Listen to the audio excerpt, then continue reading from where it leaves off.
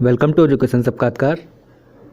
खबर आज आई है कि फाइनल ईयर एग्ज़ाम्स पर सुप्रीम कोर्ट की ओर से एक फ़ैसला आया है जिसमें कहा गया है कि फाइनल एग्ज़ाम्स पर यूजीसी गाइडलाइंस को खारिज करने से सुप्रीम कोर्ट ने इनकार कर दिया है। आज यूजीसी मामले में अपना फ़ैसला सुनाते हुए सुप्रीम कोर्ट ने कहा कि राज्य सरकारें यूजीसी गाइडलाइंस के खिलाफ जाकर एग्ज़ाम्स को कैंसिल नहीं कर सकती। एग्ज़ाम्स कैंसिल कर पिछले सत्र के आधार पर फाइनल स्टूडेंट्स को प्रमोट करने का फैसला आपदा प्रबंधन एक्ट के दायरे से बाहर है।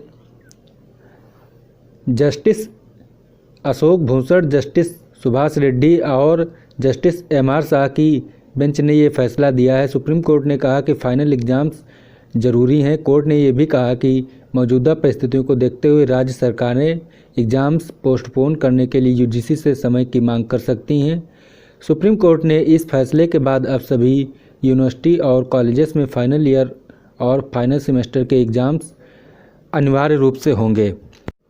सुप्रीम कोर्ट ने यह महत्वपूर्ण फैसला सुनाते हुए कहा कि फाइनल एग्ज़ाम्स के बिना कोई भी राज्य सरकार स्टूडेंट्स को प्रमोट करने का फैसला नहीं ले सकती।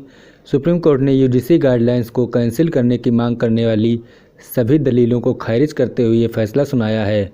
सुप्रीम कोर्ट ने कहा कि राज्य सरकारें एग्ज़ाम्स कैंसिल कर स्टूडेंट्स को डिग्री नहीं दे सकती, लेकिन राज्य सरकारें एग्ज़ाम्स को पोस्टपोन करने या एग्ज़ाम्स के आयोजन पर अतिरिक्त समय यानी कि एक्स्ट्रा समय मांगने के लिए यूजीसी से अपील जरूर कर सकती हैं।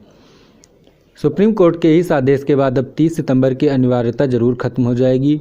दरअसल इस फैसले के बाद अब जिन राज्यों में बाढ़ जैसे हालात नहीं हैं वे 30 सितंबर तक एग्ज़ाम्स करा सकते हैं, बाकी यूजीसी से समय की मांग कर सकते हैं। सुप्रीम कोर्ट ने यूजीसी गाइडलाइंस को खारिज करने से इनकार करते हुए कहा कि राज्य सरकार बिना फाइनल एग्ज़ाम्स किसी भी स्टूडेंट को प्रमोट करने का फैसला नहीं ले सकती। यहाँ यूजीसी की गाइडलाइंस का पालन करना जरूरी है। सुप्रीम कोर्ट ने एक और महत्वपूर्ण दिशा निर्देश जारी करते हुए कहा कि जिन राज्यों ने आपदा प्रबंधन अधिनियम के तहत एग्ज़ाम्स पर कोई फैसला ले लिया है वे यूजीसी की गाइडलाइंस पर प्रभावी माने जाएंगे। मतलब जिन राज्यों ने राज्य आपदा प्रबंधन प्राधिकरण के तहत एग्ज़ाम्स कैंसिल करने का फैसला लिया है उन्हें भी यूजीसी से 30 सितंबर के बाद अतिरिक्त समय की मांग करनी होगी, लेकिन एग्ज़ाम्स करवाना बहुत ही ज़रूरी है। आइए अब जान लेते हैं कि यूजीसी ने अपने पक्ष में सुप्रीम कोर्ट को क्या बताया था।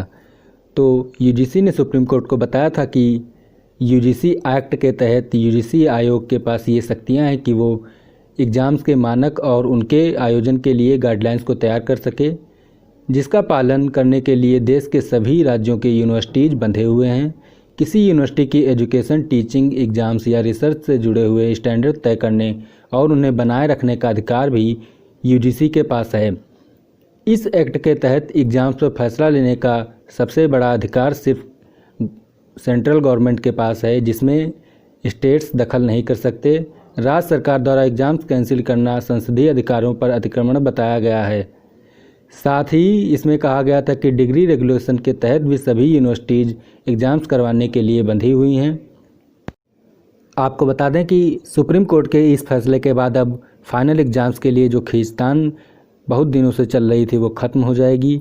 दिल्ली, पंजाब, राजस्थान, उड़ीसा, तमिलनाडु और पश्चिम बंगाल जैसे राज्यों को अपने एग्ज़ाम्स कैंसिल करने के अपने फैसले को बदलना पड़ेगा और स्टूडेंट्स के लिए बेहतर यही है कि सभी स्टूडेंट्स अपनी पढ़ाई शुरू कर दें।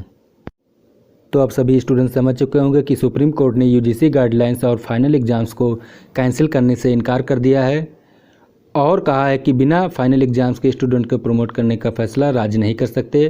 एग्ज़ाम बिना स्टूडेंट्स को प्रमोट करना आपदा प्रबंधन अधिनियम के दायरे से बाहर है। साथ ही ये भी कहा है कि एग्ज़ाम्स को स्टेट्स कैंसिल नहीं कर सकते, केवल यूजीसी से समय की मांग कर सकते हैं। Thanks for watching this video. Education से जुड़ी हुई ऐसी खबरें और अन्य अपडेट्स पाने के लिए हमारे चैनल को सब्सक्राइब करें। Thank you.